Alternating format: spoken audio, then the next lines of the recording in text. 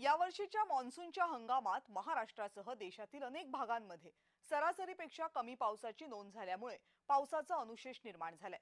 जून महिन्याच्या मध्यापर्यंत अपेक्षित प्रमाणात पाऊस न झाल्यामुळे शेतकरी, जलव्यवस्थापन यंत्रणा आणि प्रशासनाची चिंता वाढली आहे। हवामान विभागाच्या माहितीनुसार महाराष्ट्रातील अनेक जिल्ह्यांमध्ये पावसाचं प्रमाण सरासरीपेक्षा कमी राहिले।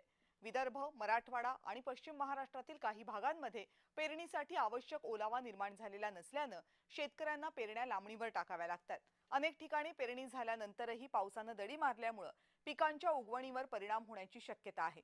देशातल्या इतर राज्यांमध्येही परिस्थिती अशीच आहे। उत्तर मध्य आणि पश्चिम भारतातील अनेक भागात मान्सूनची प्रगती मंदावल्याने पावसाचा तुटवडा जाणवतोय। परिणामी धरणांमधील पाणीसाठा वेगाने वाढत नाहीये।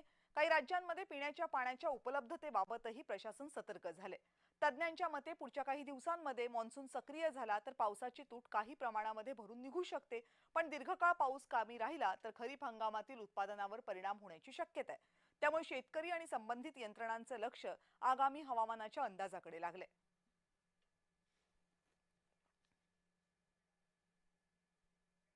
आता पावसाच्या अनुशेषाबद्दल आणखी माहिती बघूयात।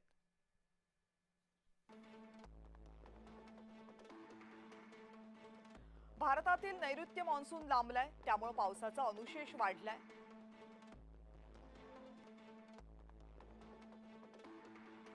4 आणि 18 जून या जून महिन्याच्या कालावधीत पावसाचा अनुशेष तब्बल 42% पोहोचलाय।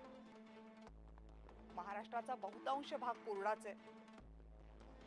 या काळामध्ये एरवी साधारण 72.2 मिलीमीटर इतक्या पावसाची नोंद होते, पण यंदा मात्र केवळ 42.1 मिलीमीटर इतक्याच पावसाची नोंद झाली आहे आणि तीही सर्वदूर नाहीये। पश्चिम, मध्य आणि पूर्व भारतातील बहुतांश भागांमध्ये पावसाची दांडीच आहे, त्यामुळे या भागांमध्ये पावसाचा टिपूसही पडलेला नाहीये। महाराष्ट्राचा विचार केला तर मुंबई, ठाणे, नाशिक, पुणे, संभाजीनगर या भागांमध्ये म्हणजे जवळपास सगळ्याच महाराष्ट्रामध्ये अजिबातच पाऊस नाहीये। कोकणाचा काही भाग वगळला, अगदी एखादा जिल्हा वगळला तर 3-4 दिवसांमध्ये मान्सून जरी सुरू झाला तरी धरणं पूर्ण भरतील का याबाबत साशंकता आहे, कारण पावसाचं प्रमाणही कमी असेल आणि पाऊस पडण्याचे जे पॅटर्न्स आहेत तेही वेगळे असणार आहेत।